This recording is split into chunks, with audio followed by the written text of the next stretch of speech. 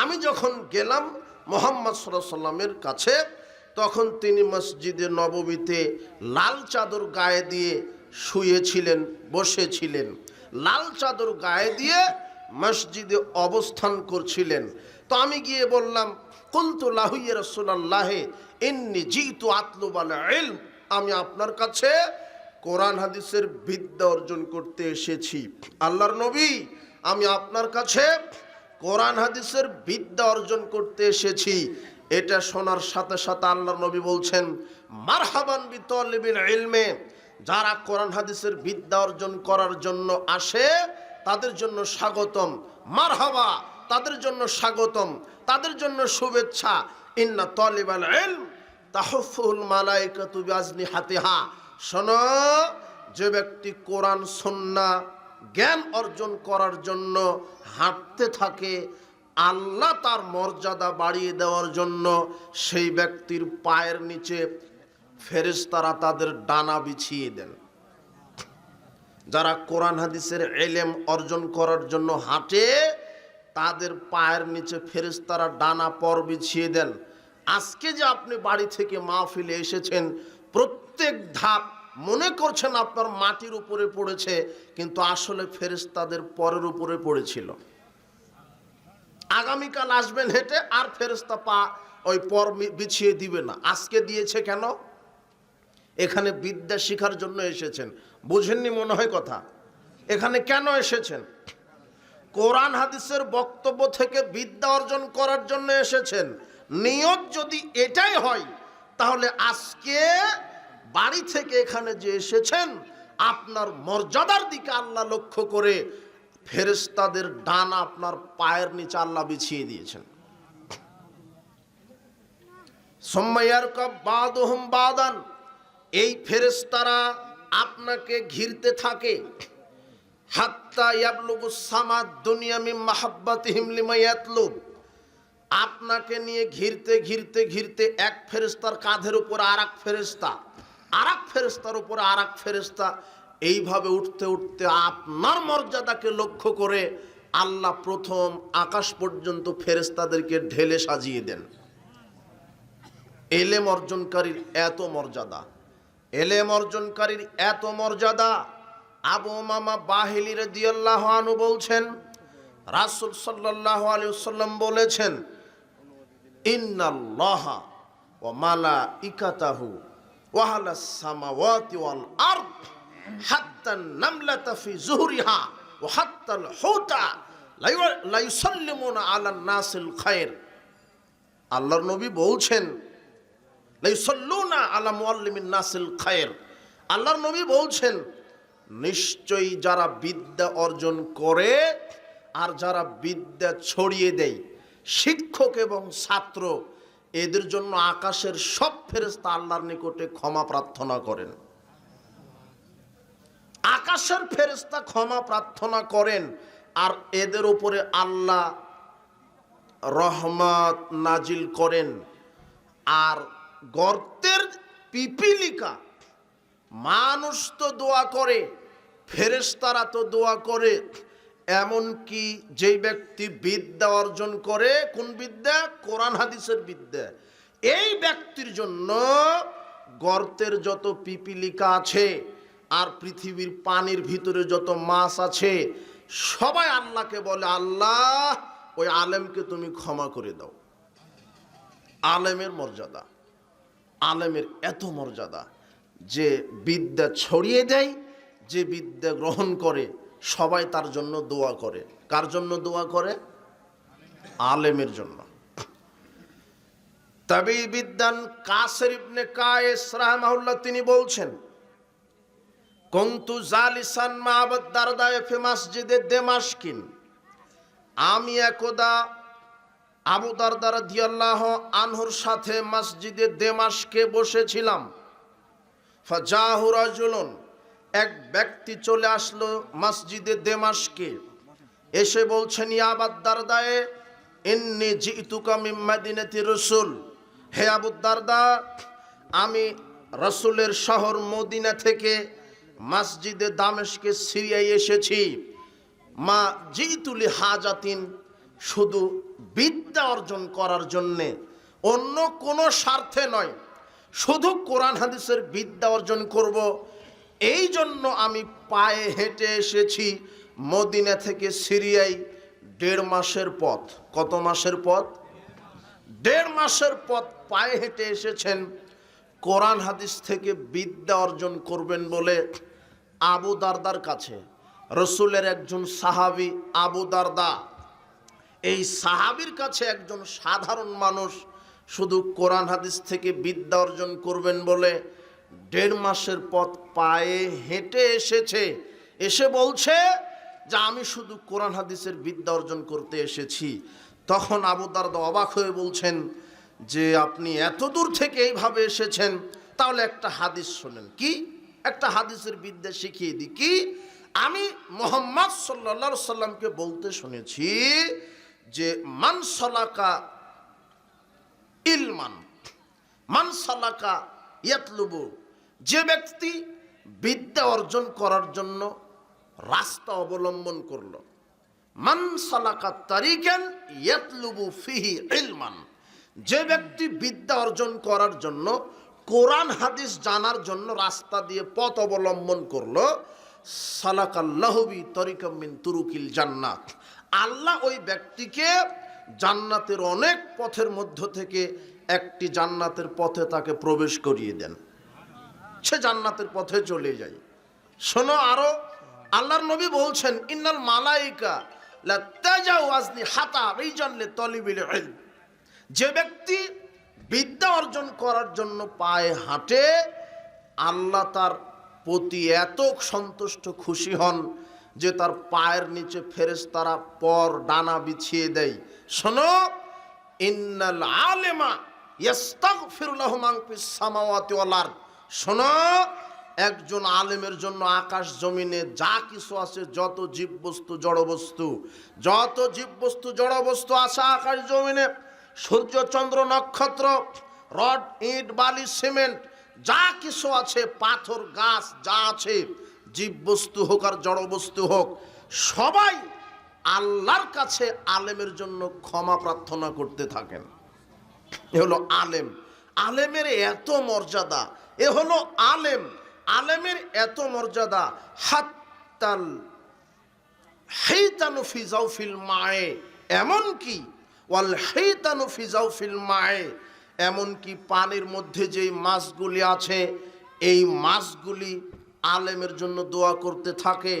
ইন্না ফাজলাল আলিমি আলাল আবেদ কাফাজলিল কামারি লাইলাতাল বাদরি আলা সাইরিল কাওয়াকিব, আল্লাহর নবী বলছেন শোনো, একজন আলেমের মর্যাদা পূর্ণ চন্দ্রের মর্যাদা আকাশের সমস্ত তারকারাজির উপরে যেমন, যখন পূর্ণ চাঁদ চন্দ্র আকাশে উঠে, যখন তারকার আর 5 পয়সা দাম থাকে না, পূর্ণ চন্দ্রের মর্যাদা যেমন সমস্ত তারকার উপরে, সারা পৃথিবীর সাধারণ মানুষের উপরে একজন আলেমের মর্যাদা তেমন। আলেমের এত মর্যাদা, তিনি বলছেন ইন্নাল উলামা ওয়ারাসাতুল আম্বিয়া, আলেমেরা হলো,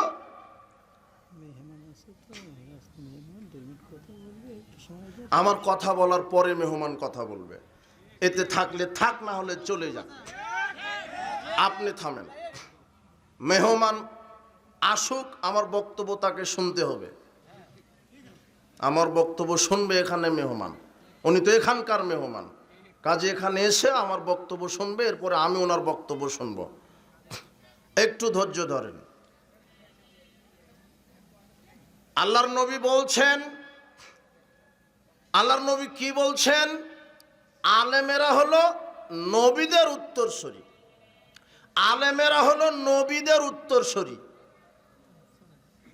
ইন্নাল আলেমা লাম ইওয়ারিসু দিনারান ওয়ালা দিরহামান, আলেম নবীগণের কোনো টাকা পয়সার উত্তরাধিকারী করে না, আলেম নবীগণের কোনো টাকা পয়সার উত্তরাধিকারী করে না।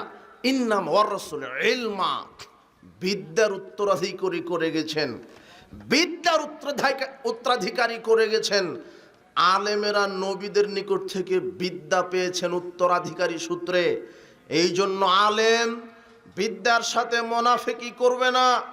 নবীদের যে আদর্শ বৈশিষ্ট্য, আলেমকে নবীদের আদর্শ বৈশিষ্ট্যের উপরে থাকতে হবে, এরপরে জাতির সামনে সে আদর্শ বৈশিষ্ট্য তাকে প্রচার করে দিতে হবে। উপস্থিত বৈঠকের মুসলিম দিনী ভাই বোন, আলেমের অনেক মর্যাদা। একটু লক্ষ্য করেন, সুয়েলা রাসূলুল্লাহ সাল্লাল্লাহু আলাইহি ওয়াসাল্লাম রাজুলাইনে কানাফি বানি ইসরাইল। শোনেন, এই দিকে শোনেন, দুজন ব্যক্তি সম্পর্কে আল্লাহর নবীকে জিজ্ঞাসা করা হলো। দুজন ব্যক্তি সম্পর্কে আল্লাহর নবীকে জিজ্ঞাসা করা হলো। বানি ইসরায়েলের দুইজন ব্যক্তি ছিল। আহাদুহুমা কানা আলেমান, তার দুইজনের মধ্যে একজন ছিল আলেম। দুইজনের মধ্যে একজন ছিল আলেম। ইউসাল্লিল মাকতুবা, সে শুধু ফরজ সালাত আদায় করত। সুম্মা ইয়াজলিসু ফায়ুআল্লিমুন নাসুল খায়র, এরপরে মানুষকে দিন শিক্ষা দিত। আল্লাহ পরকালের জ্ঞান, তাওহীদের জ্ঞান, রিসালাতের জ্ঞান, পরকালের জ্ঞান, জান্নাত জাহান্নামের জ্ঞান শিক্ষা দিত। আল্লাহর নবীর কাছে জিজ্ঞাসা করা হলো, আল্লাহর নবী, বানি ইসরায়েলের দুইজন লোক ছিল, একজন ছিল আলেম, ওই আলেম শুধু ফরজ সালাত আদায় করত আর মানুষকে দ্বীনের শিক্ষা দিত। ওয়াল আখার আল্লাযী ইয়াসুমুন নাহার ওয়া ইয়াকুমুল লাইল, আর দ্বিতীয় ব্যক্তি শুধু দিনে সিয়াম রাখত, রাতে সালাত আদায় করত। আইয়ুহুমা আফদাল, বলেন তো দুইজনের মধ্যে শ্রেষ্ঠকে? বলেন তো দুইজনের মধ্যে শ্রেষ্ঠকে? তখন আল্লাহর নবী বলছেন, ফাজলু হাদাল আলেম আল্লাযী ইউসাল্লিল মাকতুবা সুম্মা ইয়াজলিসু ফাআল্লিমুন নাসুল খায়র আলাল আবেদ আলিয়াকুমুল লাইল। শোনো, দুইজনের মধ্যে শ্রেষ্ঠ হলো ওই ব্যক্তি, ওই আলেম, যেই আলেম নিজে শুধু ফরজ সালাত আদায় করে, এরপরে মানুষকে দ্বীনের জ্ঞান শিক্ষা দেয়। ওই ব্যক্তির চেয়ে আলেমের মর্যাদা বেশি। কোন ব্যক্তি? যে শুধু ইবাদত করে বেড়ায়, দিন রাত সালাত সিয়াম আদায় করে, কিন্তু মানুষকে দ্বীনের শিক্ষা দেয় না, এই ব্যক্তির চেয়ে ওই আলেমের মর্যাদা বেশি। শোনো সাহাবীগণ, কেমন মর্যাদা বেশি আলেমের? কাফাজলি আলা আদনাকুম, তোমাদের উপরে আমি মুহাম্মদ সাল্লাল্লাহু আলাইহি সাল্লাম নবী হিসেবে যেমন মর্যাদা, সারা পৃথিবীর সাধারণ মানুষের উপরে আলেমের তেমন মর্যাদা। সাহাবীদের নিকটে নবীর যেমন মর্যাদা, সাধারণ মানুষের উপরে আলেমের তেমন মর্যাদা। এই জন্য আলেম হতে হবে, ছেলে মেয়েকে আলেম, আলেমা, হাফেজ, হাফেজা বানাতে হবে। প্রকৃত শিক্ষা এখানে আছে। আলেমের অনেক মর্যাদা, তবে তাকে নির্ভীক, বলিষ্ঠ কণ্ঠস্বর, শিরক বিদআতের অতন্দ্র প্রহরী হতে হবে, তাকে তাকওয়াশীল হতে হবে, প্রকৃত আলেম হতে হবে। কিন্তু যদি প্রকৃত আলেম যদি না হয়, আলেমের মর্যাদা যেমন, ঠিক যদি ভণ্ড বিভ্রান্ত আলেম হয়, তাহলে এই আলেমকে দিয়ে আল্লাহ জাহান্নাম উদ্বোধন করবেন। দেখেন, আলেমের যেমন মর্যাদা, আলেমের জন্য যেমন জান্নাত, ঠিক এই একই আলেমের জন্যই জাহান্নাম রেডি। যদি আলেম আলেমগিরি করতে গিয়ে জালিয়াতি করে, কোরআন সুন্নাহর অপব্যাখ্যা সমাজে দেয়, মুহাম্মদ সাল্লাল্লাহু আলাইহি সাল্লামের সুন্নাহর অপব্যাখ্যা করে, তাহলে এই আলেম হবে বিদাতি আলেম। যদি আল্লাহর হকের সাথে অন্য কারো হককে মিশ্রিত করে দেয়, এ হবে মুশরিক আলেম। যা আপনি দেখতে পাচ্ছেন এদেশের পাক ভারত উপমহাদেশে দেখছেন, খানকা, মাজার, ওরস, দরগা, গাছ, পাথর, এগুলিতে যে পাগড়িওয়ালা, দাড়িওয়ালা, টুপিওয়ালা যে হুজুর বসে আছে, এ হলো মুশরিকি হুজুর। এই হুজুর দিয়ে জাহান্নাম উদ্বোধন হবে।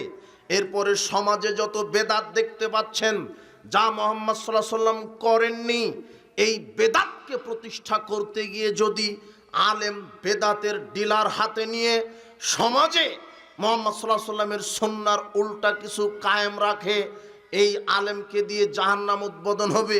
আল্লাহ বলছেন, ইয়া আইয়ুহাল্লাযীনা আমানু, হে বিশ্বাসীগণ, লিমা তাকুলুনা মা লা তাফআলুন, তোমরা এমন কথা কেন বলো যা নিজেরাই করো না।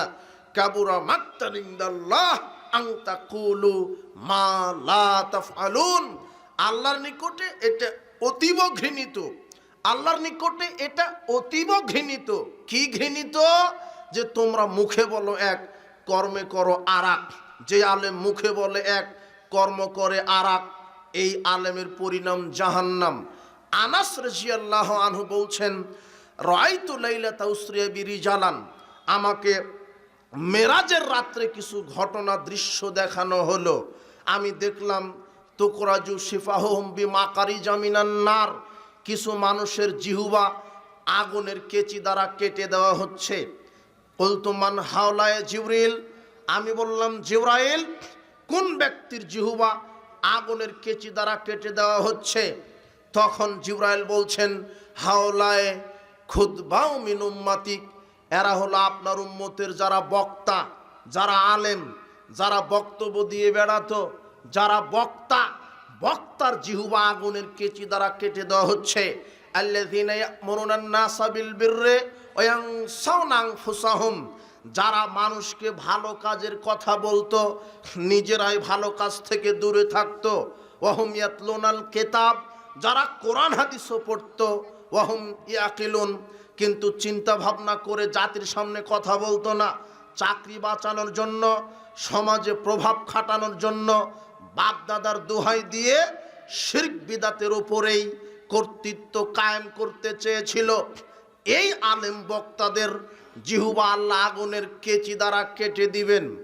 আবু হুরায়রা রাদিয়াল্লাহু আনহু বলছেন, রাসূল সাল্লাল্লাহু আলাইহি ওয়াসাল্লাম বলেছেন, ইন্না আওলান নাসে ইগজা আলাইহি ইয়াউমাল কিয়ামা, বিচারের মাঠে তিন শ্রেণীর মানুষকে দিয়ে আল্লাহ জাহান্নাম উদ্বোধন করবেন। তার এক, রাজুলুন উস্তুশহিদা, প্রথম যেই ব্যক্তি সে হবে শহীদ। শহীদকে দিয়ে আল্লাহ জাহান্নাম উদ্বোধন করবেন। মানে শহীদের মর্যাদা অনেক। আলেমের মর্যাদা যেমন, ঠিক শহীদের মর্যাদা এরকম। শহীদের অনেক মর্যাদা। আলেমের মর্যাদা থাকার পরেও কিছু আলেম জাহান্নামে চলে যাবে। শহীদদের মর্যাদা থাকার পরেও অনেক শহীদ জাহান্নামে চলে যাবে। দেখেন মেকদাম বিন মাদি কারিব রাদিয়াল্লাহু আনহু তিনি বলছেন, আল্লাহর নবী বলেছেন, লিশাহিদে ইনদাল্লাহি সিত্তু খিসালিন, আল্লাহর নিকটে শহীদদের জন্য 6টা পুরস্কার রয়েছে। যে ব্যক্তি শহীদ, আল্লাহর নিকটে তার জন্য 6টা পুরস্কার রয়েছে। এক, ইউগফারু লাহু ফি আউয়ালি দাফআতিন, শহীদকে তার শরীর থেকে রক্তের প্রথম ফোঁটা মাটিতে ঝরার সাথে সাথেই তার পূর্বেই আল্লাহ শহীদদের সব পাপ ক্ষমা করে দেন। ওয়ায়ুরামা কাদাহু মিনাল জান্নাহ, আর তাকে জান্নাতে থাকার জায়গা আল্লাহ দেখিয়ে দেন। 2, ইউজারু মিন আযাবিল কবরে, শহীদকে আল্লাহ কবরের আযাব থেকে বাঁচিয়ে দেন। ওয়ায়ামানু মিন ফাজিল আকবার, 3, কিয়ামতের বিভীষিকাময় আযাব থেকে শহীদকে বাঁচিয়ে দেন। 4, ইউযাউ আলা রাসিহি তাজুল ওয়াকারিল ইয়াকুতাতি মিনহা খায়রুম মিনাদ দুনিয়া মা ফিহা, শহীদকে আল্লাহ এমন একটা ইয়াকুত মিশ্রিত মুকুট পরিয়ে দিবেন যাতে থাকবে ইয়াকুত মণি মুক্তা, সেটা দুনিয়া এবং দুনিয়ার ভিতরে যা আছে এর চাইতে দামি হবে। এই মুকুট শহীদকে আল্লাহ পরিয়ে দিবেন। 4, 5, ইউজাউযু সিনতাইনা সাবিনা যাওজাতাম মিনাল হুরিল আইন, শহীদকে আল্লাহ 70 জন সুন্দরী নারীর সাথে 72 জন সুন্দরী নারীর সাথে বিবাহ দিয়ে দিবেন। যা অন্য কোনো জান্নাতি, সাধারণ জান্নাতি যারা, তাদের জন্য 2টা থাকবে বিশেষ, আর যারা শহীদ তাদের জন্য বিশেষ থাকবে 72টি সুন্দরী নারী, তাদের সাথে আল্লাহ বিবাহ দিয়ে দিবেন। 6, ইউশাফাউ ফি সাবঈনা মিন আকরাবাইহি, 70 জনার সুপারিশের ব্যাপারে শহীদকে আল্লাহ ক্ষমতা দিবেন। আল্লাহ বলবেন, শোনো, তোমার নিকট আত্মীয় যারা 70 জন জাহান্নামে চলে গেছে, আমি তোমাকে সুপারিশের ক্ষমতা দিলাম। জাহান্নামী 70 জন আত্মীয় স্বজনকে তুমি জাহান্নাম থেকে মুক্ত করে জান্নাতে ঢুকিয়ে দাও। যেই শহীদ নিজে তো জান্নাতে যাবে, আত্মীয় স্বজনকে সুপারিশ করে জান্নাতে নিয়ে যাবে, কিন্তু এরকম শহীদকে দিয়ে আল্লাহ জাহান্নাম উদ্বোধন করবেন কি কারণে? কোনো কারণ তো আছে। আলেমের এত মর্যাদা, অথচ আলেম দিয়ে জাহান্নাম। শহীদের এত মর্যাদা, শহীদ দিয়েই জাহান্নাম উদ্বোধন। তার নিয়তে গন্ডগোল ছিল। আল্লাহ বিচার মাঠে শহীদকে আল্লাহর কাঠগড়াটে ডেকে বলবেন যে মা আমিলতা ফিহা, তুমি আমার জন্য কি আমল করেছো বলো, তোমাকে শক্তি সামর্থ্য দিয়েছিলাম। তখন শহীদ বলবে আল্লাহ কাতালতু ফিক, আপনার জন্য লড়েছি, জিহাদ করেছি। হাত্তা উস্তুশহিদতু, অবশেষে আমি শহীদ হয়েছি। তখন আল্লাহ বলবেন কাযাবতা, তুমি মিথ্যা বলছো। ওয়ালাকিন্নাকা, বরং তুমি এই জন্য জিহাদের মাঠে জিহাদ করে শহীদ হয়েছ লিয়ায়ুকালা জারিয়ুন, যাতে মানুষ তোমাকে বড় বাহাদুর বলে, মুক্তিযোদ্ধা বলে। এই নিয়ত ছিল, মানুষ যাতে তোমাকে মুক্তিযোদ্ধা বলে, বাহাদুর বলে। এই জন্য তুমি মাঠে লড়েছ, মানুষ তোমাকে নিয়ে সুনাম করবে। আসলে তো তুমি আমাকে সন্তুষ্ট করার জন্য জিহাদ করনি। সুম্মা বিহি ফাসহিবা আলা ওয়াজহিহি হাত্তা উলকিয়া ফিন্নার। আল্লাহ ফেরেশতাদেরকে বলবেন, ফেরেশতারা এই শহীদকে উপর মুখে করে টানতে টানতে জাহান্নামে নিক্ষেপ করো। এই যে দেখেন, শহীদকে দিয়ে জাহান্নাম উদ্বোধন হবে। এরপরে দ্বিতীয় যে ব্যক্তি, অরাজুলুন আল্লামাহুল্লাহুল কোরআন, ওই ব্যক্তি হলো কোরআনের উপরে আলেম, ডিগ্রি নিয়েছে। অরাজুলুন আল্লামাহুল্লাহুল কোরআন ওয়াল্লামুহু, সে নিজে কোরআন শিখেছে, সে কোরআন তেলাওয়াত করে। ফাউতিয়া বিফা আরাফাউ নেমাহু, আল্লাহ তাকে কাঠগড়াটে ডেকে বলবেন ফিমা আমিলতা ফিহা, তুমি কি আমল করেছো, তুমি কি আমল করেছো বলো। আলেমকে জিজ্ঞাসা করবেন। তখন আলেম মানুষ বলবে আল্লাহ তাআল্লামতুল ইলমা ওয়াল্লামতুহু, আমি নিজে কোরআন শিখেছি, আর একজনকে শিখিয়েছি। ও কারাতু ফিকাল কোরআন, আপনার জন্য কোরআন তেলাওয়াত করেছি। আলেম এবং হাফেজ দুজনকেই ডাকবেন। হাফেজকে বলবেন তুমি কি করেছ? হাফেজ সাহেব বলবে যে আমি তো কোরআনের খুব বড় কারি ছিলাম। আর আলেম বলবে আমি কোরআন নিজে শিখেছি, অপরজনকে শিখিয়েছি। তখন আল্লাহ বলবেন কাযাবতা, তুমি মিথ্যা বলছো। লিউকালা ইন্নাকা আলেম, তুমি দুনিয়াতে আলেমগিরি করেছ, মানুষ যাতে তোমাকে বড় আলেম বলে, মানুষ যাতে তোমাকে বড় বক্তা বলে। নিয়ত এটা ছিল, আসলে আমার সন্তুষ্ট ছিল না। আর কারি সাহেবকে বলবেন তুমি যে এত সুন্দর করে কোরআন তেলাওয়াত করেছ, মানুষ যাতে তোমাকে কারি বলে। ফাকাত কিলা, তোমাকে বলা হয়েছিল কারি। তখন আল্লাহ ফেরেশতাদেরকে বলবেন এই হাফেজ আর আলেমকে ধরো, আর উপর মুখে করে টানতে টানতে জাহান্নামে নিক্ষেপ করো। আলেমকে দিয়ে হাফেজকে দিয়ে জাহান্নাম উদ্বোধন। একটু আগে যে শুনলেন আলেমের এত মর্যাদা, হাফেজের এত মর্যাদা, কিন্তু এক শ্রেণীর আলেম আর হাফেজকে আল্লাহ কোথায় দিবেন? যদি নিয়ত ঠিক না থাকে আর আমল ঠিক না থাকে। বুখারীর 1386 নম্বর হাদিস, আল্লাহর নবী বলছেন যে আলেমকে কবরে শুয়ে দেওয়ার সাথে সাথে অরাজুলুন কামা আলা রাসিহি, ওই আলেমের মাথার পাশে একজন ফেরেশতা দাঁড়িয়ে থাকবে। ফিরিনাও সখরাতিন, হাতে থাকবে পাথর। ফায়ুসদাখু বিহি রাসুহু, ওই পাথরটা আলেমের মাথায় মারা হবে, মাথা ফেটে চৌচির হয়ে যাবে। পাথরটা দূরে চলে যাবে, পাথর নিয়ে আসতে আসতে মাথা আবার ঠিক হয়ে যাবে, আবার মারা হবে। ফায়ুসনাউ ইলা ইয়াউমিল কিয়ামা, এইভাবে আলেমের মাথা ফাটানো হবে কবরে। আল্লাহর নবী ফেরেশতাদ্বয়কে জিজ্ঞাসা করলেন এই ব্যক্তির কি অপরাধ, এইভাবে মাথা ফাটানো হচ্ছে কেন? তখন ফেরেশতা বলছে শোনেন, ওই ব্যক্তিটা ছিল আলেম, ইয়া নাম আনহু বিল্লাইলে, আলেম মানুষ ছিল কিন্তু রাতে ঘুমাতো। ওয়ালাম ইয়ামাল বিমা ফি বিন নাহারে, রাতে কোরআন হাদিস অনুযায়ী আমল করতো না। সমাজে অনেক আলেম আছে যারা ডিগ্রি নিয়ে বসে আছে, হক বলেও না, হক নিজে মানেও না। এই আলেমকে কবরে মাথা ফাটানো হবে।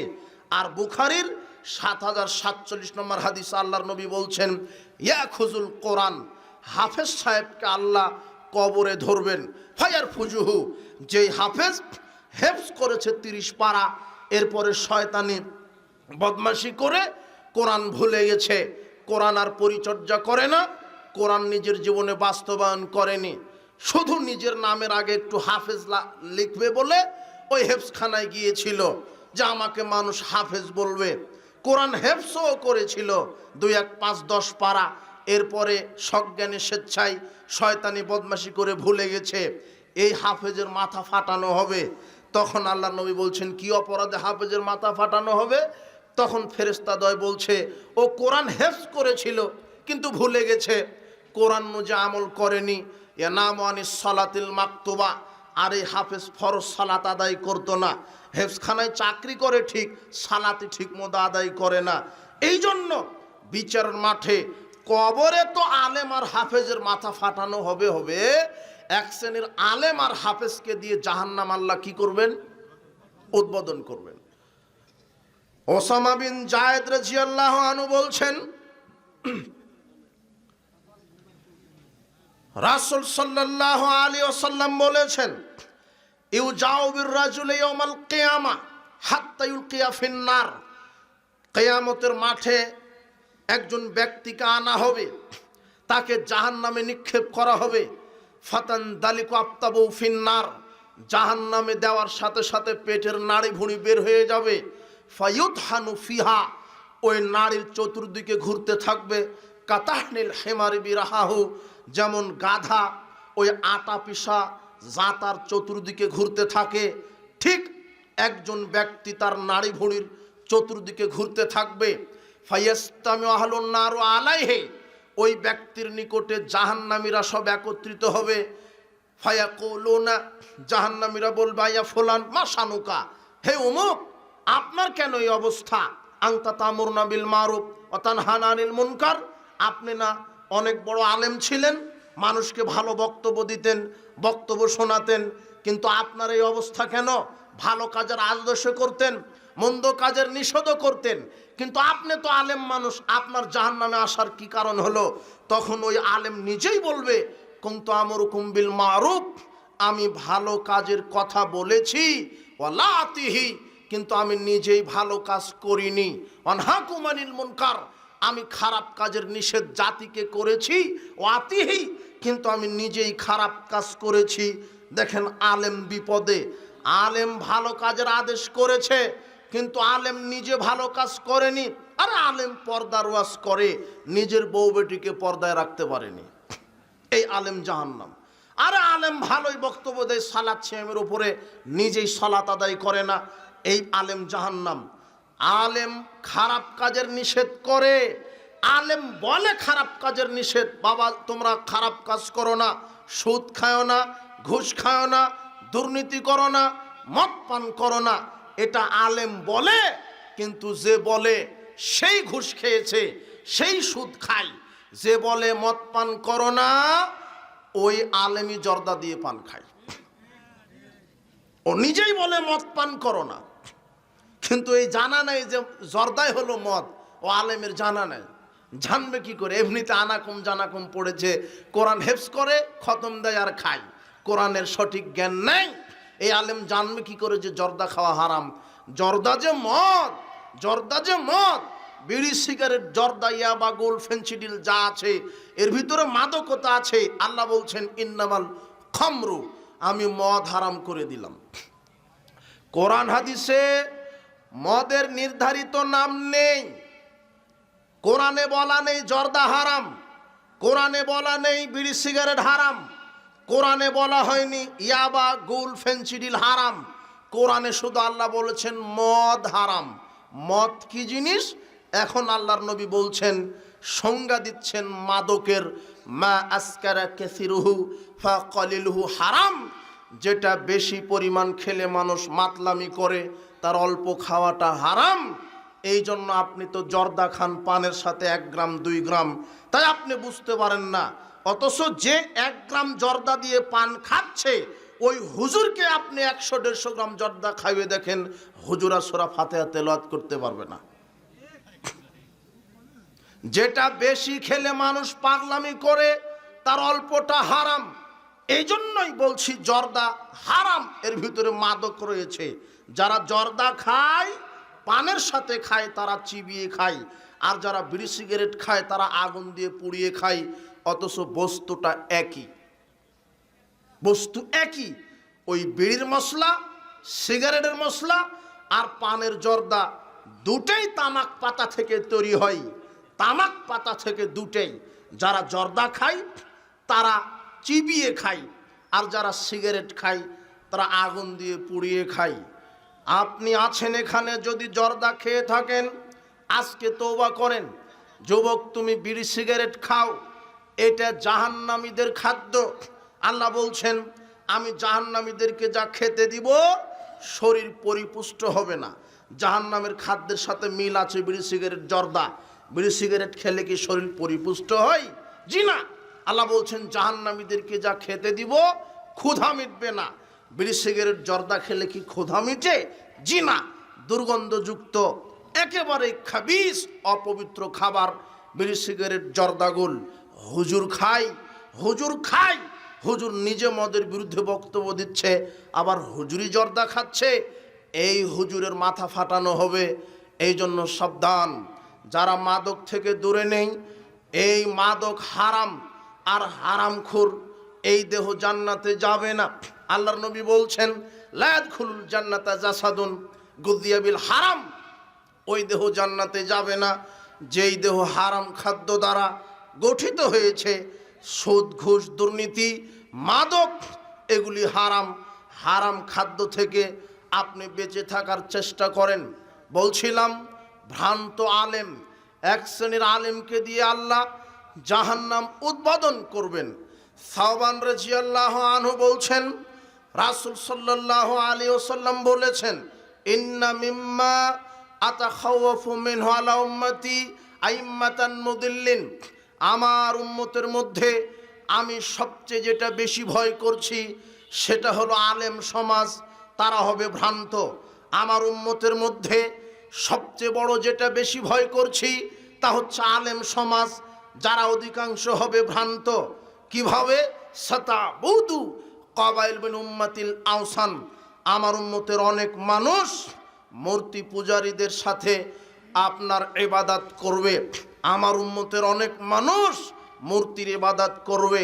ওয়াসাতাল হাকু কাবাইল মিন উম্মতি বিল মুশরিকিন। আমার উম্মতের অনেক মানুষ মুশরিক বিজাতিদের সাথে মিশে যাবে। আমার উম্মতের অনেক মানুষ, সে আলেম হোক আর সাধারণ ব্যক্তি হোক, আল্লাহর নবীর এটা ভয় থেকে গেছে।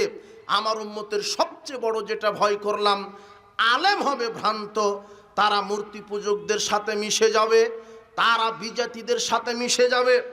আজকে সব জায়গাতে বিজাতিদের অনুসরণ করা হচ্ছে। আপনি লক্ষ্য করুন, আব্দুল্লাহ ইবনে আমর রাদিয়াল্লাহু আনহু বলছেন, রাসূল সাল্লাল্লাহু আলাইহি ওয়াসাল্লাম বলেছেন, লা ইয়াতি আন্নাল উম্মতি মা তালা বানি ইসরাইল। আমার উম্মতের ওই অবস্থা হবে, আমার মুসলিম উম্মতের ওই অবস্থা হবে যে অবস্থা ইহুদি খ্রিস্টানের হয়েছিল। হাজওয়ান নাল বিন নাল, যেমন দুই পায়ের জুতার সমান, ঠিক আমার মুসলিম উম্মত ইহুদি খ্রিস্টান নীতি আদর্শ, অর্থনীতি, সমাজনীতি, সংস্কৃতি, রাজনীতি, শিক্ষানীতি ইহুদি খ্রিস্টানের যেমন হবে মুসলমানেরও তাই হবে। অফিস, আদালত, কোর্ট কাচারি তাই হবে, ইহুদি খ্রিস্টানের নীতিতে চলবে, অথচ মুসলিম হবে। আল্লাহর নবী বলছেন, হাত্তাইন কানা মিনহুম মান আতা উম্মাহু আলানিয়া। যদি ইহুদি খ্রিস্টানের মধ্যে এমন লোক খুঁজে পাওয়া যায় যে তারা মায়ের সাথে জেনা করে, লাকানা ফি উম্মতি মা ইয়াসনাউ যালিক, তাহলে আমি মুহাম্মদ সাল্লাল্লাহু আলাইহি ওয়াসাল্লামের মুসলিম উম্মতের মধ্যেও কিছু কুলাঙ্গার থাকবে যারা মায়ের সাথে জেনা করবে। তার একটা পাপ হচ্ছে সুদের পাপ।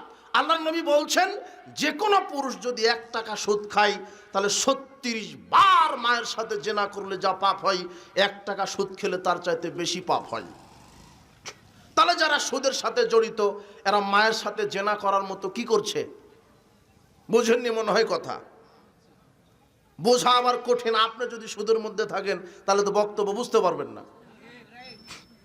বিড়ি সিগারেট জর্দার বক্তব্য দিলে বুঝতে চায় না, কেন? ও নিজেই খায়, এই জন্য বোঝা কঠিন। সুদের বক্তব্য দিলেও বুঝতে চায় না। কেন? ও নিজে ব্যাংকের সাথে জড়িত। ও মাস্টার হলে কি হবে? ব্যাংক থেকে সুদের টাকা নেই। ও প্রিন্সিপাল হলে কি হবে? সুদ খায়। মাদ্রাসার প্রিন্সিপাল ঘুষখোর। ওই প্রিন্সিপালেরই মাথা ফাটাবে আল্লাহ বিচার মাঠে, ওই আপনার ওই কবরে। প্রিন্সিপাল ভালো বক্তব্য দিয়েছে, ভালো করেনি, প্রিন্সিপাল সাহেব বলছে আমি সুপারিশ করতে পারি, ওর জন্য 5 লক্ষ টাকা রেখে দিতে হবে। মাদ্রাসার প্রিন্সিপাল 2 বার হজ করা আছে, 6 বার উমরা করা আছে, মাদ্রাসার প্রিন্সিপাল ঘুষখোর। ও দাড়ি টুপি রেখেছে, সাইনবোর্ড, কাপড়ের ব্যবসা করতে বসেছে, 6 বার হজ করে, দাড়ি টুপি ঠিক আছে, একেবারে আলখাল্লা জুব্বাও ঠিক, মেহেদি দেওয়া, দাড়ি তো আছে আছে, মেহেদি দেওয়া, দেওয়ার পরে মিথ্যা কসমে ব্যবসা করছে। আল্লাহর কসম 5,000 টাকা দিয়ে কিনাই আছে, অথচ কিনা আছে 2,000 টাকা দিয়ে। অথচ হাজি সাহেব, এরই মাথা ফাটানো হবে। এক শ্রেণীর মিথ্যুক আলেম আছে সমাজে, ভণ্ড প্রতারক শয়তানের দালাল আছে সমাজে।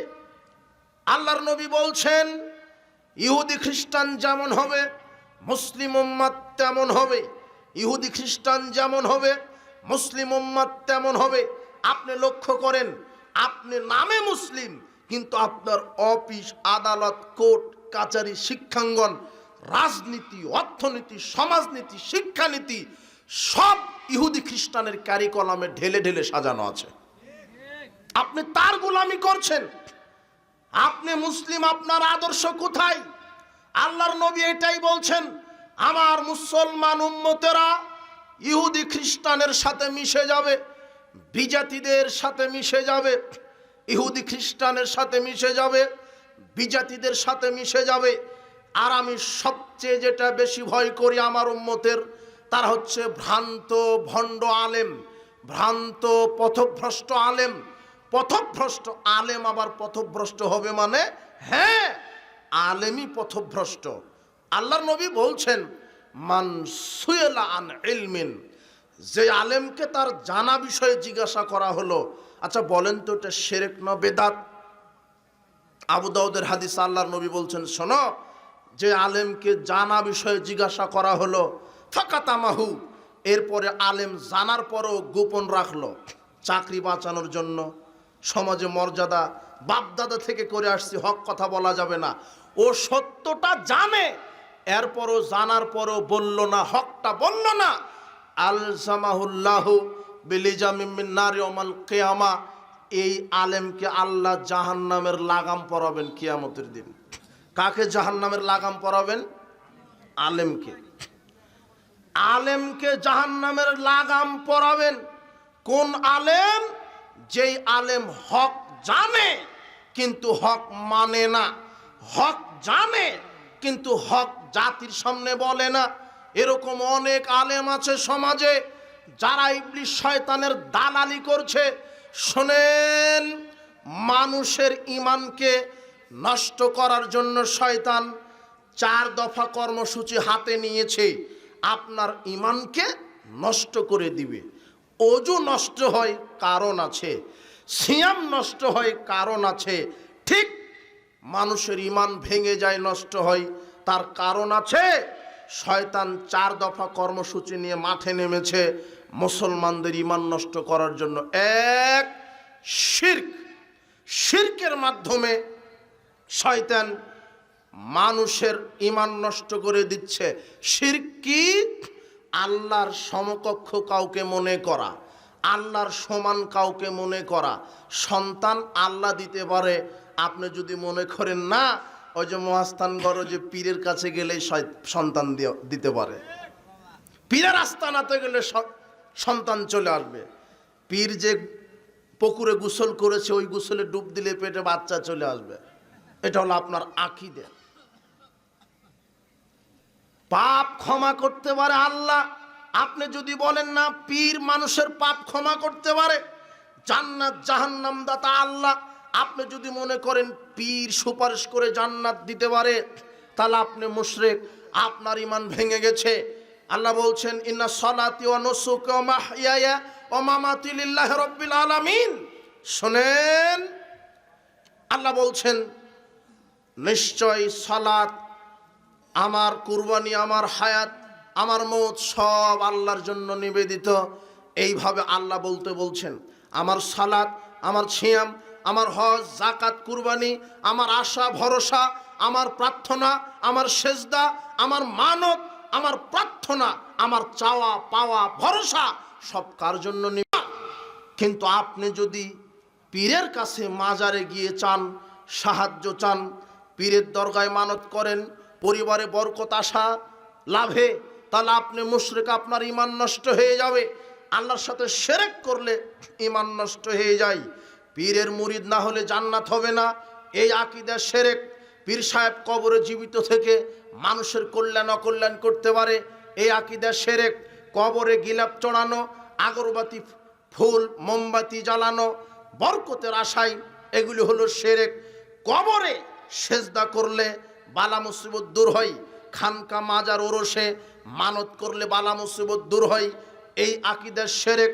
পীরের সুপারিশ ছাড়া জান্নাত হবে না, এই আকীদা শিরক।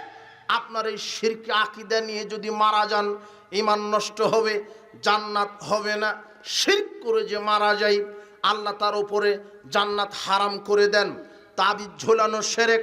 মান আল্লাহকে তামিমা ফাকাদ আশরাকা, যে ব্যক্তি তাবিজ ঝোলালো সে আল্লাহর সাথে শিরক করলো। আপনার হাতে, কোমরে, গলায় যদি তাবিজ থাকে তাহলে আপনি মুশরিক, আপনার সালাত সিয়াম কবুল হবে না। এখন খুলে ফেলে মৃত্যুবরণ করলে জান্নাত হবে ইনশাআল্লাহ, কিন্তু তাবিজ নিয়ে মারা গেলে জান্নাত হবে না। কেন? আপনি মুশরিক। সমাজে অনেক শিরক আছে, অশুভ কুলক্ষণ চালু আছে, সমাজে শিরক আছে।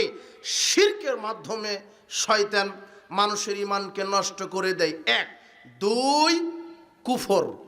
কুফর যদি বড় কুফর ঘটে যায় তাহলে ঈমান নষ্ট হবে। বড় কুফর কি?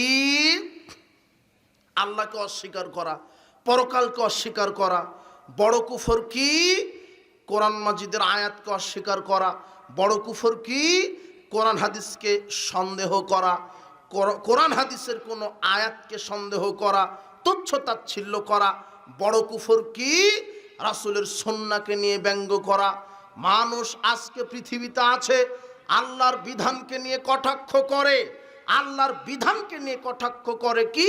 আরে চুরি করলে হাত কেটে ফেলা হয়, এটা আল্লাহর অমানবিক একটা বিধান, নাউজুবিল্লাহি মিন জালিক।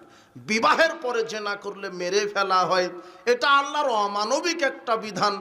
এইভাবে কিছু নাস্তিক আল্লাহর বিধানের বিরুদ্ধে কথা বলছে, অথচ আল্লাহর বিধানই চূড়ান্ত। আল্লাহর বিধানকে নিয়ে যদি কেউ কটাক্ষ করে সে হলো কাফের, তার ঈমান নষ্ট হয়ে যায়। আল্লাহর বিধানই চূড়ান্ত। চুরি করলে হাত কাটতে হবে, বিবাহের পরে জেনা করলে তাকে মেরে মেরে মেরে ফেলতে হবে। আপনার জেনায় লিপ্ত হলে বিবাহের পরে তাকে মেরে মেরে মেরে ফেলতে হবে। চুরি করলে হাত কাটা হবে, মদ পান করলে 40 লাঠি পিটাতে হবে, 40টা জুতার পিটা করতে হবে। এগুলি আল্লাহর বিধান। আল্লাহর বিধানকে যারা ঘৃণা করে, যারা অস্বীকার করে, এরা হলো কাফের। আপনি দেখেন আল্লাহর বিধানকে অস্বীকার করা হচ্ছে, এরা মুসলিম মুখে পরিচয় দেয়, কিন্তু সংবিধানে আল্লাহর বিধান নেই, সংবিধান মানুষের বিধানে পরিচালনা করছে। এই জন্য বড় শিরক, বড় কুফরি যদি ঘটে যায় ঈমান নষ্ট হবে। রাসূলের সুন্নাহকে নিয়ে ব্যঙ্গ করা, এটা হলো কুফরি। রাসূলের সুন্নাহকে নিয়ে ব্যঙ্গ করা, রাসূলের আদর্শকে নিয়ে ব্যঙ্গ করা।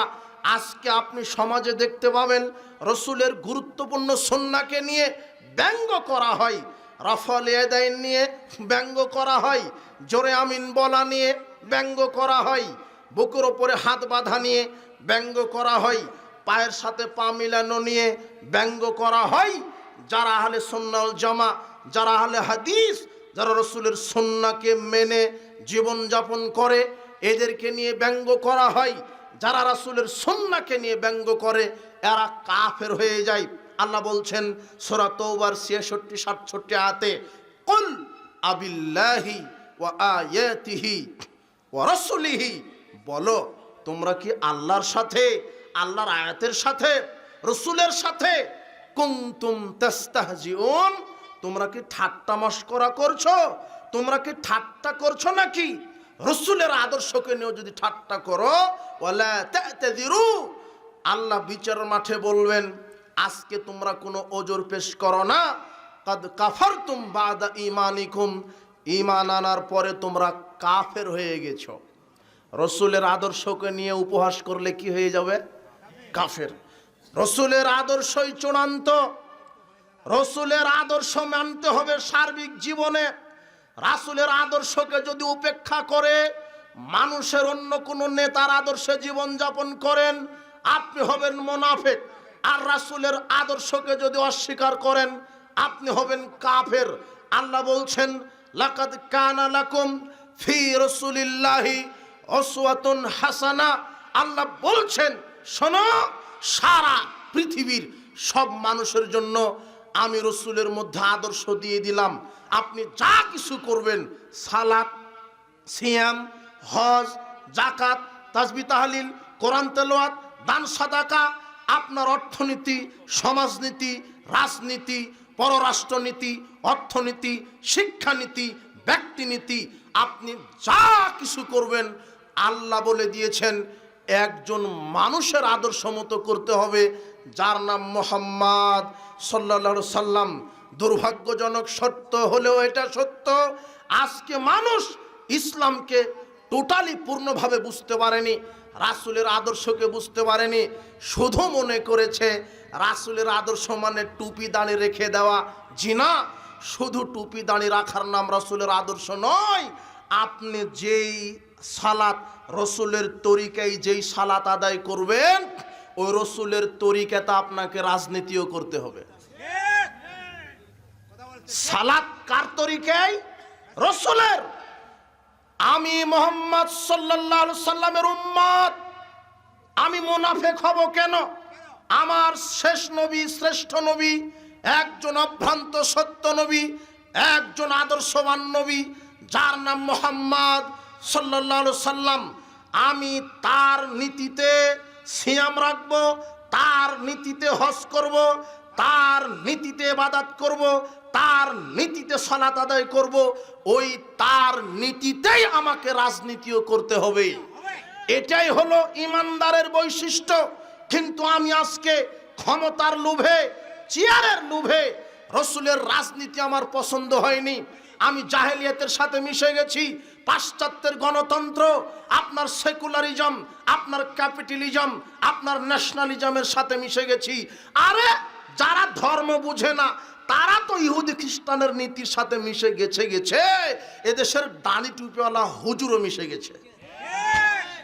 ওরাও ধর্ম বুঝেনি, ওরা মনে করে সে শুধু দাড়ি টুপি রাখাই নবীর সুন্নাত, নবীর আদর্শ। জিনা, ভুল হয়েছে। আপনি শরীয়তকে অপব্যাখ্যা করেছেন। আপনি ভোটের লোভে, ক্ষমতা চেয়ারের লোভে বলছেন আজকে আপনি হিন্দুর মণ্ডপে যাচ্ছেন মণ্ডপ উদ্বোধন করার জন্য, দুটো হিন্দুর ভোটের লোভে। আপনার ভুল হচ্ছে, এটা আপনার ভুল হচ্ছে। আপনি শরীয়তকে অপব্যাখ্যা করবেন মানে আপনি বলছেন যে মুহাম্মদ নাকি ওই কাবা ঘরে মূর্তির ভিতরে ঢুকে সালাত আদায় করেছে। আপনি মিথ্যুক, আপনার জিহ্বা কাটা হবে। কাবা ঘরের ভিতরে মূর্তি ছিল না, কাবা ঘরের বাহিরে মূর্তি ছিল। আর মেনেও নিলাম ওই সময়তে টোটাল রাষ্ট্রটাই ছিল ওই ইহুদি খ্রিস্টান পৌত্তলিকদের। আর আপনার বাংলাদেশ তো মুসলমানের। আপনি মুসলিম আদর্শ ধারণ করবেন, আপনি মুহাম্মদ সাল্লাল্লাহু আলাইহি সাল্লামের আদর্শ ধারণ করবেন। আপনি কেমন মুসলিম? আপনার এই আকীদাই নাই, আপনার বিশ্বাসই নাই, আপনার ঈমানই নাই। আপনার ঈমান বিশ্বাস চলে গেছে মণ্ডপে। আপনার আল্লাহ ভরসা নাই, আপনার ভরসা নাই যে ক্ষমতা আল্লাহ দিতে পারে। আপনার ভরসা হয়েছে হিন্দুর ভোটে আপনাকে ক্ষমতায় যেতে হবে। আপনি এই ভরসা করেন কেন? ক্ষমতার মালিক আল্লাহ। আপনি তো ওই রাজনীতি করেন। প্রখ্যাত মুফাসসির, উপমহাদেশের বিশ্বের বাংলা ভাষাভাষীর জন্য প্রখ্যাত বিশ্বনন্দিত মুফাসসির ছিলেন আল্লামা দেলোয়ার হোসেন সাঈদী। তিনিও জামাত ইসলামের আমির ছিলেন। আপনি কোন আমির, আপনি কোন আদর্শে রাজনীতি করছেন? আল্লামা দেলোয়ার হোসেন সাঈদী তিনিও দুইবার এমপি গ্রহণ করেছেন, এমপিত্ব নিয়ে দেশ রাষ্ট্র পরিচালনা করেছেন। তিনি আপনার মতো মণ্ডপে গিয়ে মন্ত্রী হননি তিনি মণ্ডপে না গিয়ে এমপি হয়েছেন। আপনি কার আদর্শে রাজনীতি করছেন? আপনি এইভাবে আহলে হাদিস মসজিদ ভেঙে দেওয়া হয়, মাদ্রাসা বন্ধ করে দেওয়া হয়, একটা কথা জবান দিয়ে বের হয় না, আর আপনি মন্দির পাহারা দিতে মুসলমানের বাচ্চাকে পাঠান। আপনার শরম, লজ্জা, ঘৃণা হওয়া উচিত আপনার। আশ্চর্য কথা, শিরক বেদাতের অতন্দ্র প্রহরী একজন ব্যক্তি, একজন মুফাসসির ছিল, যিনি বলিষ্ঠ কণ্ঠে শিরক বেদাতের বিরুদ্ধে কথা বলেছিলেন, যার নাম আল্লামা দেলোয়ার হোসেন সাঈদী। তিনি বলে গেছেন, তার ভাষা আমি নকল করছি, যেই আলেম মণ্ডপে যায় সে আলেম নামের কলঙ্ক। উনি বলেছেন। ওনার রাজনীতি করেন আপনি। আমি এইভাবে আপনাকে বলতাম না। আহলে হাদিস মসজিদ মাদ্রাসা ভেঙে দেওয়া হচ্ছে, একটা প্রতিবাদ নাই, আর ওই সময় আপনি মন্দির পাহারা দিতে চলে যান। আপনি আপনার ইমান আগে, আপনার ইমান আপনার চেয়ার নয়, নেতৃত্ব নয়, আপনি ভোটের লোভে ইমানকে বিক্রি করে দিয়েছেন। আপনি এই নীতি থেকে আপনাকে ফিরে আসতে হবে। মুসলমান ইহুদি খ্রিস্টানের এই গণতন্ত্র, এই সেকুলার, এই ন্যাশনালিজমের মুখাপেক্ষী হয়ে রাজনীতি করতে চায় না। রাজনীতি করা ফরজ, অবশ্যই করতে হবে। আরে রাজনীতি তো করবে, এদেশের আলেম ওলামায় নেতা হবে, রাজনীতি করা ফরজ, তবে অবশ্যই সেটা হতে হবে মুহাম্মদ সাল্লাল্লাহু আলাইহি ওয়াসাল্লামের রাজনীতি। বিশ্বাস করেন, পৃথিবীর ইতিহাসে সবচেয়ে বড় রাজনীতিবিদ, তার নাম মুহাম্মদ সাল্লাল্লাহু আলাইহি ওয়াসাল্লাম। আশ্চর্য কথা, আপনার নেতা বলছে হুজুর কেন রাজনীতি করবে? বেটা, হুজুরি রাজনীতি করবে, কেননা রাজনীতির কিতাবই হচ্ছে কোরআন মাজিদ। মানুষ সৃষ্টি করেছে আল্লাহ, আর ওই মানুষ চলবে কি করে আর বিধান দিয়েছেন কে? আল্লাহ। মানুষ সৃষ্টি করেছেন আল্লাহ, মানুষকে বিধান দিয়েছেন আল্লাহ। আল্লাহর বিধানে মানুষকে পরিচালিত হতে হবে। হুজুর দেশের আলেম ওলামায় রাজনীতি করবে, এই জামাত ইসলামী রাজনীতি করবে, সমস্যা নেই, কিন্তু অবশ্যই তাকে রসুলের আদর্শে রাজনীতি করতে হবে। আল্লাহদেরকে কবুল করুন, দোয়া রাখি। কিন্তু কশ্চিনকালেও এই গণতান্ত্রিক পদ্ধতিতে বাংলার জমিনে টোটাল ইসলাম কায়েম হবে না। কেন? ইসলাম একটা নিজস্ব তার আদর্শ আছে, ইসলামের নিজস্ব পাওয়ার আছে। ইসলাম মানব রচিত কোনো বিধানের মতবাদের মোকাপেক্ষী নয়। ইসলাম মানতে হবে সার্বিক জীবনে। সালাতে আল্লাহর বিধান, সালাতে রসুলের তরিকা, রাজনীতিতেও রসুলের তরিকা। শোনেন, পৃথিবীর ইতিহাসে সবচেয়ে বড় রাজনীতিবিদ, যার নাম মুহাম্মদ সাল্লাল্লাহু আলাইহি সাল্লাম, পৃথিবীর ইতিহাসে সবচেয়ে বড় অর্থনীতিবিদ, পৃথিবীর ইতিহাসে সবচেয়ে বড় রাষ্ট্রনায়ক, পৃথিবীর ইতিহাসে সবচেয়ে বড় সমাজ সংস্কারক, আকাশের নিচে জমিনের উপরে সবচেয়ে পরহেজগার মানুষ, সবচেয়ে তাকওয়াশীল মানুষ, সবচেয়ে বিনয়ী মানুষ, সবচেয়ে নম্র মানুষ, যার নাম মুহাম্মদ সাল্লাল্লাহু আলাইহি সাল্লাম। যার আদর্শ ছাড়া পৃথিবীতে কোনো আদর্শ নেই, যার নীতি ছাড়া পৃথিবীতে কোনো নীতি নেই, যার আদর্শ ছাড়া পৃথিবীতে কোনো আদর্শ নেই। এই মুহাম্মদ সাল্লাল্লাহু আলাইহি ওয়াসাল্লামের আদর্শ বাদ দিয়ে যদি আপনি সালাত, সিয়াম, হজ, যাকাত, অর্থনীতি, রাজনীতি করতে যান, বিশ্বাস করেন আপনি কল্যাণ থেকে বঞ্চিত হবেন। আপনাকে মুহাম্মদ সাল্লাল্লাহু আলাইহি ওয়াসাল্লামের আদর্শে ফিরে যেতে হবে, না হলে আপনি কবরে পরকালে ধরা খেয়ে যাবেন। উপস্থিত বৈঠকের মুসলিম দিনী ভাই বোন, আপনাকে ইসলাম বলতে শুধু মসজিদ মাদ্রাসা ইসলাম নয়, সালাত, সিয়াম, হজ, যাকাতে তো ইসলাম আছে, অর্থনীতিতেও ইসলাম মানতে হবে। শুধু অর্থনীতি বাদ দিতে হবে। আগামীতে যারা ক্ষমতায় যাবে, আমরা ইসলামের নিদর্শন, ইসলামের নীতি হলো নেতার পরিবর্তন নয়, ইসলামের নীতি হলো নীতির পরিবর্তন। নীতির পরিবর্তন করে দিতে হবে। আরে ওই নেতা ওই নেতাই থাক, ডক্টর ইউনূস আছে উনিই থাক, কোনো সমস্যা নাই, কিন্তু উনি বলবে আগামীতে যে নেতা হবে সংসদে 300টা সিট, এই 300টা সিটের এমপি মন্ত্রী নেতা হিসেবে বসবে এই দেশের হকপন্থী আলেম ওলামারা, আর সংসদের সংবিধান হবে কোরআন আর হাদিস। আমরা নেতার পরিবর্তন চাই না, নীতির পরিবর্তন চাই। এদেশের নেতৃত্ব দিবে আলেম ওলামা। কোনো ঘুষখোর, কোনো সাদাবাজ, কোনো দুর্নীতিবাজ, কোনো লুচ্চা, কোনো বেনামাজি, কোনো মুশরিক, কোনো মদখোর, কোনো হারামখোর, কোনো লুচ্চা নেতা হওয়ার যোগ্যতা রাখে না। এরা কেন নেতা হবে? নেতা হবে দেশের আলেম। আশ্চর্য কথা, আপনি ঠিক বলছেন আবার কোন কণ্ঠে? একজন মসজিদের 1000 জন মুসল্লির জন্য ইমাম নিয়োগ দেওয়া হয়। ইমামের মাথা থেকে পা পর্যন্ত আপনি দেখেন ডিগ্রি কত বড়, কেরাত কেমন, প্যান্ট টাকনোর উপরে কিনা, দাড়ি চাষে কিনা, দাড়ি আছে কিনা, বউ পর্দায় থাকে কিনা, এত কিছু দেখেন। মাত্র 1000 লোকের ইমামতি করবে। আর আপনি যাকে এমপি বানাবেন ও তো 5 লক্ষ মানুষের নেতা হবে। আপনি কি কোনোদিন দেখেছেন এই এমপি 5 ওয়াক্ত সালাত আদায় করে কিনা, মুখে দাঁড়িয়ে আছে কিনা, প্যান্ট টাকনোর ওপরে আছে কিনা, আপনার বউ পর্দায় থাকে কিনা, মদ খায় কিনা, গাঁজা খায় কিনা? আপনি এটা দেখেন না। আপনি ছাগলের মতো 500 টাকা দিয়ে বিক্রি হয়ে যে ওযুই জানে না, নামাজ তো বহুদূরের কথা, এমন হারামখোরকে আপনি নেতা বানান আপনি। তাহলে এ সমাজে এসে এ কি সালাত কায়েম করতে পারবে?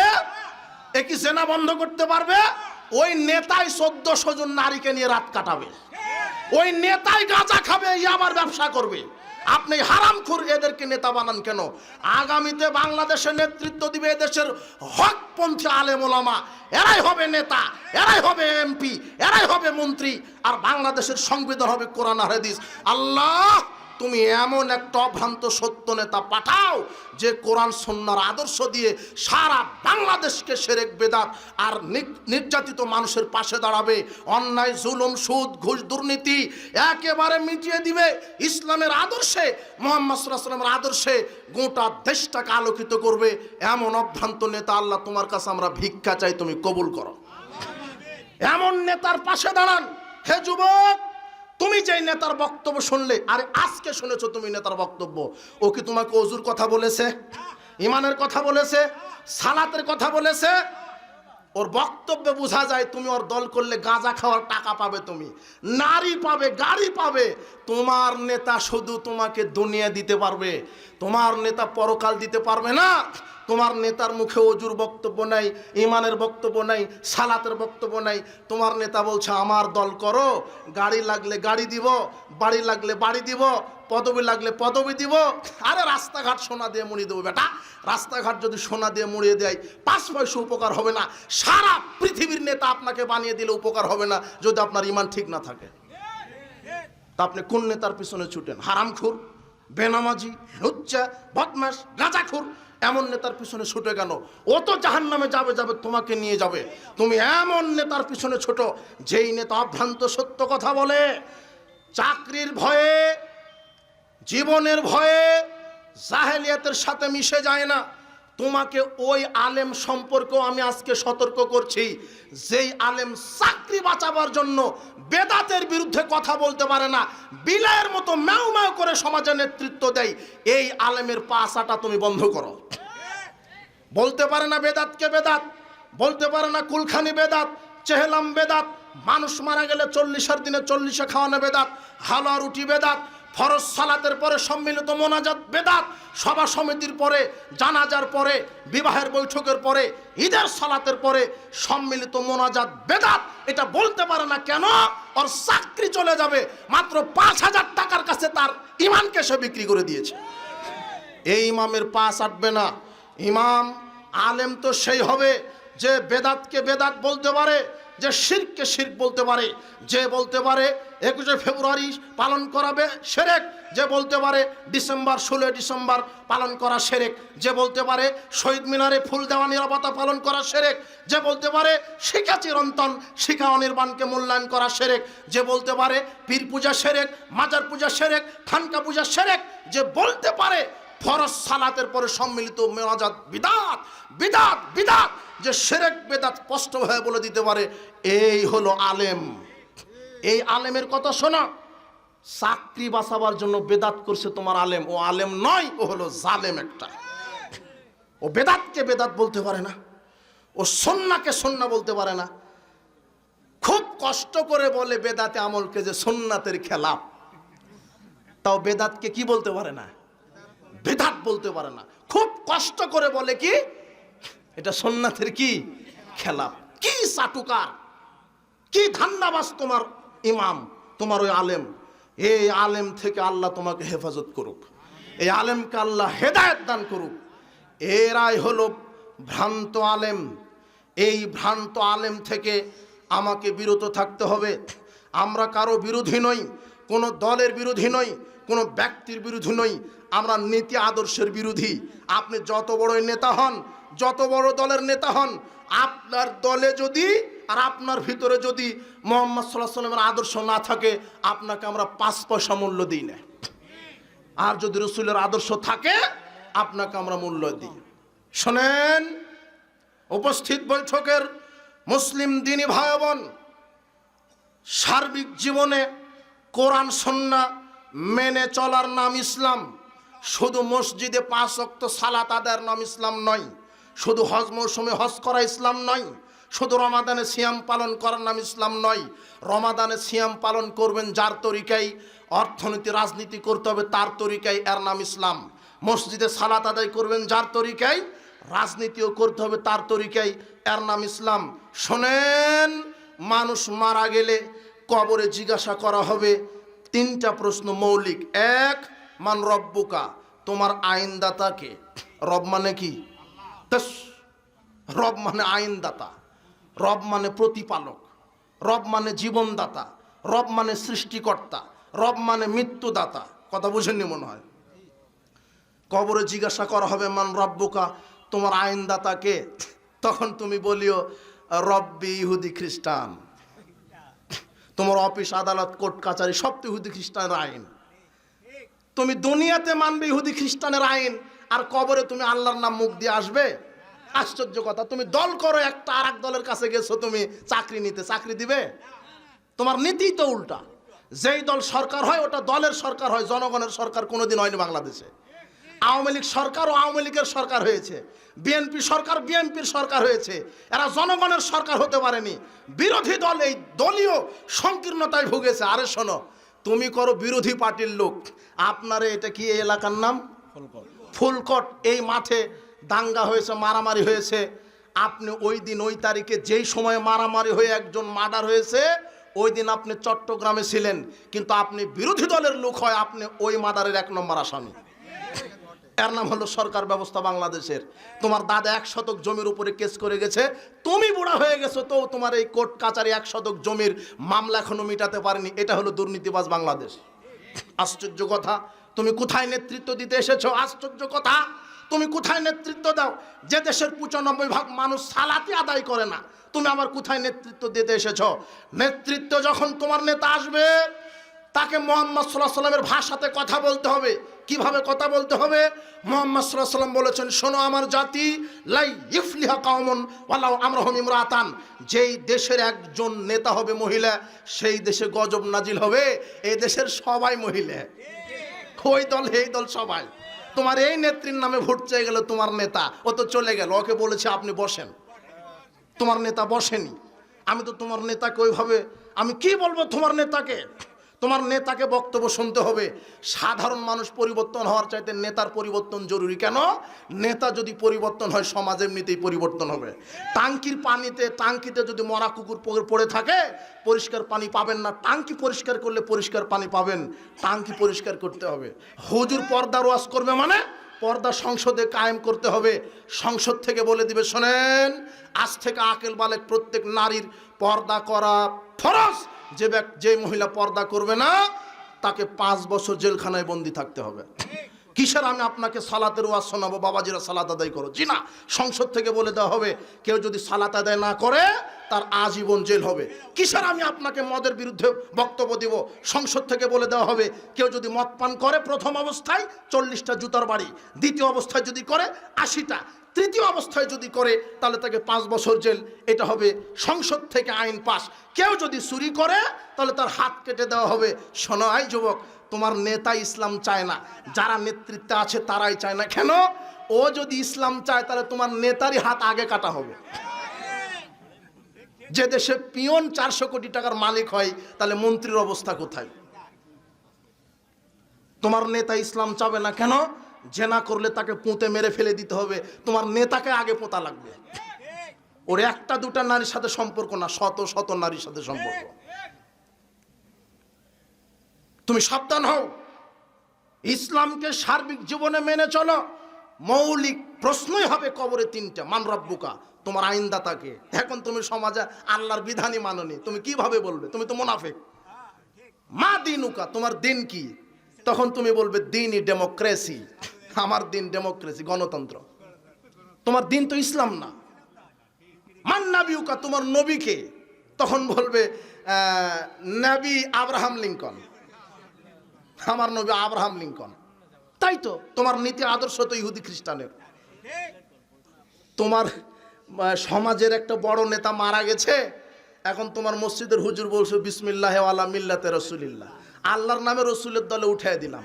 অথচ হারামখুরের মুখে নাই দাড়ি, নিচে প্যান্ট টাকনুর নিচে, পাজামার নিচে, মরা পর্যন্ত সিগারেট বিড়ি গাঁজা খাইছে, অজুই জানে না, সালাত আদায় করেনি, বেনামাজি। এই হারামখুরকে পোঁতার সময়তে বললে রসুলের দলে উঠিয়ে দিলাম, এই হারামখুরকে রসুল তার দলে নিবে না। রসুলের দল করে মারা যেতে হবে, তাহলে রসুল আপনাকে তার দলে নিবে। আল্লাহ আপনাকে বুঝার তৌফিক দান করুন। উপস্থিত বৈঠকের মুসলিম দিনী ভাই বোন, সার্বিক জীবনে ইসলাম ভ্রান্ত আলেম থেকে বেঁচে থাকেন। যারা সমাজের শিরক বেদাতের ডিলার হাতে নিয়ে নেমেছে, বাপ দাদার দোহাই দিয়ে ধর্ম চালায়, বাপ দাদার দোহাই দিয়ে ধর্ম চালায়, বাপ দাদার দোহাই দিয়ে সমাজের শিরক বেদাত কায়েম রাখে, এই হুজুরের ইত্তেবা করো না। শোনো, আল্লাহ বলছেন সূরা আনামের 112 আর 121, এই দুটো আয়াত তুমি পড়বে, তোমার হুজুরকে পড়াবে। আল্লাহ বলছেন পৃথিবীতে শয়তানের কিছু দালাল আছে। কার দালাল? শয়তানের দালাল। আর শয়তানের দালালই হচ্ছে এই এক শ্রেণীর এই ভ্রান্ত আলেমেরা। কারা? আলেমেরা। সমাজের শিরক বেদাত তৈরি করেছে ভ্যান চালক, রিক্সা চালক, না টুপি দাঁড়িয়েওয়ালা এরা। আর শয়তান এটা চায় যে আমি শিরকের মাধ্যমে ঈমান নষ্ট করে দিই আর বেদাতের মাধ্যমে আমল নষ্ট করে দিই। তাই সমাজে বেদাতি আমল চালু করেছে এই হুজুরেরাই। আজকে আপনার বগুড়ার একটা মসজিদে সালাত আদায় করলাম, তো অজু করতে বসেছি, এমন সময়তে সামনে অজুর দোয়া লেখা আছে। তো অজুর দোয়া কি? ওখানে লেখা আছে বিসমিল্লাহিল আলিউল আযীম আলহামদুলিল্লাহ ফি দীনিল ইসলাম ওয়াল ইসলামু হাক্কুন ওয়াল কুফরু বাতিলুন। এটা নাকি অজুর দোয়া। আশ্চর্য কথা, আল্লাহর নবী বলছেন মান কাযাবা আলাইয়া মুতাম্মিদান ফালিয়াতাবাউ মাকাদাহু মিনান নার, যে ব্যক্তি আমার নামে কোনো মিথ্যা হাদিস বলবে তার থাকার জায়গা জাহান্নাম। তো এই অজুর দোয়াটা যদি রসুলের না হয়, তাহলে তোমার হুজুরের থাকার জায়গা কোথায়? কথা বুঝেনি মনে হয়। অথচ আল্লাহর নবী বলছেন তিরমিজির 25 নম্বর হাদিস, যে অজুর শুরুতে তোমরা বিসমিল্লাহ বলো। কি বলো? মুহাম্মদ সাল্লাল্লাহু আলাইহি ওয়াসাল্লাম বলছেন বিসমিল্লাহ, আর তোমার হুজুর বলছে ওটা নয়, এইটা।